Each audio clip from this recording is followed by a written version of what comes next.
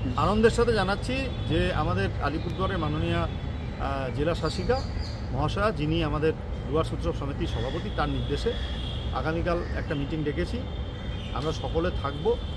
আমাদের রাজ্যসভার সাংসদ প্রকাশচিক গড়াই থাকবেন এবং সব চেয়ারম্যানরা থাকবেন, সভাধিপতি থাকবেন, সহকারী সভাধিপতি থাকবেন, আমাদের জেলার গুরুত্বপূর্ণ যারা আছেন বিধায়ক তারা থাকবেন এবং আলিপুরদুয়ারের ডুয়ার্স উৎসব সমিতি যাদেরকে আহ্বান জানানো হয়েছে তারা থাকবেন এবং আমরা একটা কালকে এই ডুয়ার্স উৎসব 19তম বিশ্ব ডুয়ার্স উৎসবের দিনক্ষণ আমরা চূড়ান্ত করব।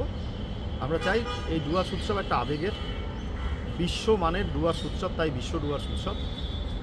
আমাদের ডুয়ার্সের জাতি জনজাতি সমস্ত মানুষের জন্য এই উৎসবের সার্বিক সফলতা মাননীয় মুখ্যমন্ত্রী মমতা বন্দ্যোপাধ্যায় তিনি তার শুভকামনা জানিয়েছেন এবং এই উৎসবকে আমরা সার্বিকভাবে সফল করে তুলব।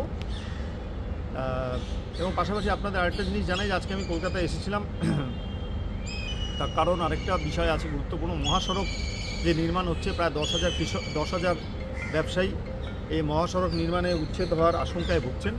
তাদের পাশে আমরা চিরকাল আছি, বিগত দিনেও ছিলাম এবং এই মহাসড়ক নির্মাণের আন্দোলনে আমি গেছিলাম। সেই আন্দোলনে পরশুদিন তারা আমাকে একটা দাবি সনদ দিয়েছিলেন। সেই দাবি সনদ আজকে রাজ্যের পূর্তমন্ত্রীর হাতে আমি তুলে দিয়েছি, মাননীয় মুখ্যমন্ত্রীকেও জানিয়েছি বিষয়টা।